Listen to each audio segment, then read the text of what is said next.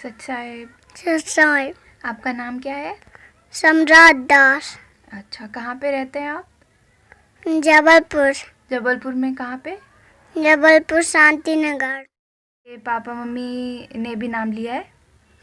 आपके गुरुजी का नाम क्या है? सरूर रामपाल जी महाराज की जय। सच साहेब जी। अच्छा भगत जी। सच साहेब। सच साहेब। भगत जी, आपको गुरुजी की वाणियाँ आती हैं? कौन सी वाणी आती है, बोलिए। पत्थर पूरी हरी मिले तो मैं पूजू पहाड़, तो से तो चक्की भली पीछे खाए जग संसार। कामी के रोधी लालची इन पे भक्ति न हुए, भक्ति करे कोई सु जात बरन को खुलकोए। अमर करूँ सतलोक पठाऊं ताते बंदी छोड़ कहाँ। अलर पक अनुराग है मंडल है थी, दास गरीब उधारिया सदगुरु मिले कबीर। गुरु जी तुम न भूलिए चाहे लाख लोग मिल जाए, हमसे तुमको बहुत है तुमसे हमको ना है। भगत जी, आपने जो वाणियाँ बोली उनका मतलब पता है आपको? उनका अर्थ क्या है? अर्थ? हाँ, जैसे अलल पंख अनुराग है सुन मंडल है थी, इसका वाणी का मतलब क्या है, आपको पता है? बताइए। अलल पंख आकाश में उड़ता रहता, वो बड़ा अंडा देता है, जहाँ केले के झाड़ उसमें गिरता, नीचे जाते जाते वो फूट जाते, कभी बंदर के साथ खेलते कभी शेर के साथ। जैसे भी वो फूट जाता है तो उसके अंदर से क्या बच्चा निकलता है? अलल पक्षी का। फिर वो क्या करता है नीचे जाके अपने माता पिता की याद बनाए रहता है। माता पिता की याद बनाए रहता है, वो अपने माता पिता की याद बनाए रहता है, मैं कब बड़ा हूँ, मैं कब माता पिता के पास जाऊँ। तो गुरुजी क्या बताते हैं इस वाणी से कि हमें गुरुजी की याद बनाना चाहिए, जयोबंदी छोड़ की, ताकि हम वापस कहाँ जा पाए? सतलोक। जयोबंदी छोड़ की। जब वो पक्षी जाता है तो किसको लेके जाता है? हाथी को। इतना ताकतवर पक्षी होता है? किसको उठाता है? हाथियों को। हाथी को। एक हाथी? 4 हाथी। 4 हाथियों को उठाता है? अच्छा। गुरुजी की और वाणी आपने अभी एक बोली थी, कौन सी थी वो? कामी के रोधी। हाँ, तो उसका अर्थ क्या है, बताइए। काम क्रोध मोह लोभ, जो ये रखते हैं उनसे भक्ति नहीं होती, भक्ति सूरमा करता है। सच साहेब। ये चित्र में कौन है? भगवान। कहाँ है भगवान? जेद। क्या नाम है भगवान का? सरूर देव। और ये रथ जा कहाँ रहा है?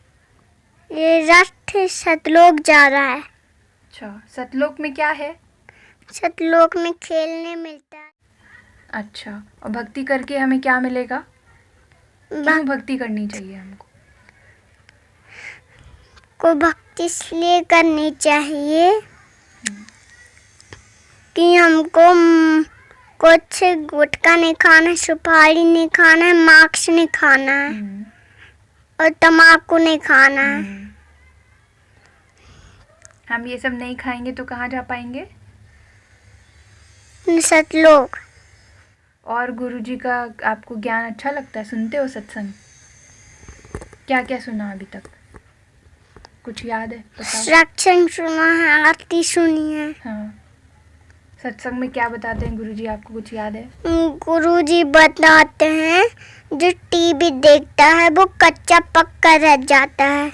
अच्छा, और गुरुजी ने और क्या क्या मना किया है, और क्या नियम है गुरुजी के भक्ति करने के?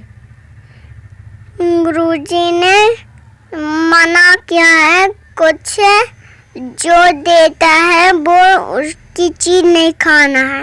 अच्छा, और टीवी वगैरह देखना है, गाने सुनने हैं क्या? नहीं। डांस करना है क्या? नहीं। आप क्यों सतलोक जाना चाहते हो?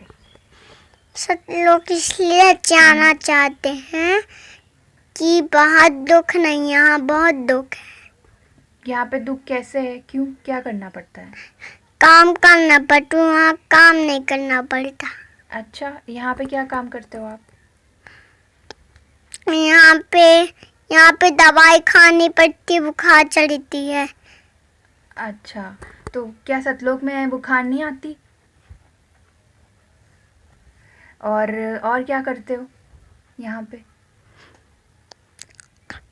यहाँ पे सब कुछ होता है, गिर जाते हैं, खून निकलता है। और वहाँ सतलोक में? सतलोक में गिरते नहीं है। यहाँ पास टेंशन होती है, वहाँ टेंशन नहीं होती। अच्छा, आपके घर में मम्मी क्या बोलती है? बोलती हैं काम करो, यहाँ काम करना पड़ता है। आप क्या काम करते हो? यहाँ पे खाना खाना पड़ता है, पढ़ाई करना पड़ता है और खेलना पड़ता है। और वहाँ सतलोक में क्या करना पड़ेगा आपको? खाना खाना है और पढ़ाई नहीं करना, खेलने जाना है। अच्छा, वहाँ पढ़ाई नहीं है? नहीं। इसलिए आपको सतलोक जाना है। देव जी की जय।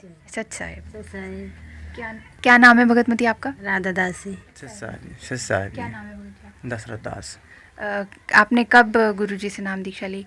2015 में। अच्छा जी। और आपका बेटा सम्राट दास जिससे अभी हमने बात करी, तो आपने कैसे उसको मतलब भक्ति पे लगाया, कैसे गुरुजी की भक्ति बताई जो कि वो इतने अच्छे से करने लगा? तो सब मालिक की दया है भगत जी। मालिक से जुड़े हमको 3 साल हो गए हैं और उसके मन में अच्छी मतलब भक्ति आती है और अच्छी भक्ति करता है वो। अच्छा, तो आपने जब गुरु दीक्षा ली परमात्मा से, तो आपको कुछ कष्ट था या कैसे आप जुड़े मालिक से, कैसे आपको पता चला गुरुजी का ज्ञान? मेरे को भगत जी बहुत कष्ट थे। मेरे सिर में इतना दर्द था कि बहुत तेज़ दर्द चलता था, यहाँ चलता था, यहाँ चलता था, यहाँ चलता था। इतना तेज़ दर्द चलता था कि मैं सह नहीं पाता था दर्द। और जब दर्द नहीं सह पा रहा था तो मैं सल्पास की गोली ले आया था मैं खाने के लिए, कि मैं दर्द नहीं सह पा रहा था तो मैं सल्पास खा लूँ। तो फिर तो आपको इतनी तकलीफ़ थी तो आपने मतलब आत्महत्या करने तक की सोची कि आप सल्फास की गोली ले आए। तो आपको फिर कैसे मतलब ये ज्ञान हुआ कि मुझे, आप दूसरी तरफ वो हुए कि किस तरह से आपको ये ज्ञान मिला गुरुजी का? मेरे जिया जी हैं गोटे गांव में, तो उनने बताया कि एक बार सतगुरु देव के यहाँ जाके देखो आप, सतगुरु रामपाल जी महाराज हैं, वहाँ आके जाके देखो आप, तो हो सकता है तुमको आराम लग जाए। तो मैंने कि नहीं, ऐसे गुरुजी को मैंने बहुत देखा है, बहुत जगह छड़वाने गया, कहीं आराम नहीं लगा। फिर उसके बाद में मैं सतगुरु रामपाल जी महाराज के यहाँ गया, नाम लिया पर्यट में, पनागर पर्यट में। फिर जैसे मैं अंदर गया तो वैसे ही मेरा आधा दर्द ख़त्म हो गया। लाभ तो मेरे को बहुत मिले हैं। पहले मैं जब मालिक से नहीं जुड़ा था, मैं बहुत लड़ता था घर में, हर बात में गाली देता था अपनी भगतमती को, हर बात में गाली देता था जी। और बहुत मारता भी रहा उनको, बहुत मारता रहा उनको। फिर जब मालिक से जुड़ा हूँ तो सब मैंने बंद कर दिए हैं। अच्छा, मतलब आपका कहना है कि घर में कलेश बहुत होता था, लड़ाई होती थी आप लोगों की, और फिर गुरुजी से नाम दीक्षा लेने के बाद आपने ये सब कुछ छोड़ दिया जी। तो भगत जी जो बता रहे हैं क्या ये सच है, और आप क्या बोलना चाहते हो इस पे? उनका जो आचरण पहले था और अब था उसमें क्या अंतर है? जी, भगत जी बहुत लड़ते थे, मारते पीटते थे, यानी कि सास ससुर भी रहते थे, और हम लोग यानी कि बहुत लड़ते थे, मारते रहे, पीटते रहे, भगा देते, करते रहे। आपको उनका आचरण में जो भी ये परिवर्तन दिखा, तो आपको क्या लगता है ये क्या क्या कारण?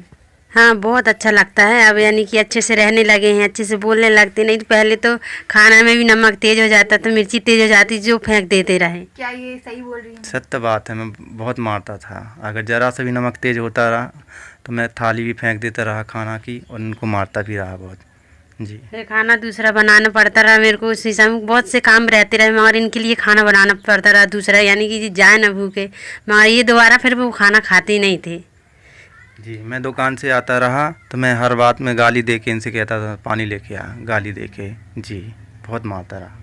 मतलब आपके अंदर ऐसा स्वभाव था, आप क्रोधी भी थे, पर एकदम से क्या वजह इतना परिवर्तन, इतना बड़ा परिवर्तन? तो आप इसके विषय में कुछ कहना चाहेंगे गुरुजी के ज्ञान से? जी, सतगुरुदेव की दया से, उनका ज्ञान मिला जब से, मालिक की दया से मैं बहुत सुधर गया हूँ और अब कोई मेरे में ऐब नहीं है। और आप क्या कहना चाहेंगे बंदी छोड़ सद्गुरु रामपाल जी महाराज जी ने आपके परिवार के ऊपर, सभी के ऊपर इतनी बड़ी दया करी है, तो आप और क्या कहना चाहते हैं? मैं हर भगत समाज को यह संदेश पहुंचाना चाहता हूं मालिक की दया से कि मालिक से नाम लें और अपना कल्याण करवाएं। मैं सबसे ये कहना चाहता हूं साहब जी। तो जैसा हमने देखा कि भगत जी का पूरा परिवार, जिनके घर में भी काफ़ी समस्याएं थी और जो उनके घर में गृह कलेश भी था, तो ये संत रामपाल जी महाराज जी से नाम दीक्षा लेने के बाद इनके घर का गृह कलेश जो ख़त्म हुआ, ये हमें दर्शाता है कि किस तरीके से एक समाज सुधार कर रहे हैं संत रामपाल जी महाराज जी अपने ज्ञान से। वो हमें सच्चा मार्ग भक्ति का भी बता रहे हैं, हमें परमात्मा कौन है और कहाँ है और कैसे मिलता है ये बता रहे हैं, और साथ ही साथ हमें यहाँ रहने की राह भी बता रहे हैं, इस धरती पे, इस दुनिया में रहने की राह भी बता रहे हैं कि हमें किस आचरण से रहना चाहिए, एक घर में पति पत्नी, और कैसे व्यवहार रहने चाहिए हमारे। तो ये हमें एक बहुत अच्छी जीने की राह हमें मिली है संत रामपाल जी महाराज जी के द्वारा। सत साहिब जय बंदी छोड़ के, सत साहिब जय।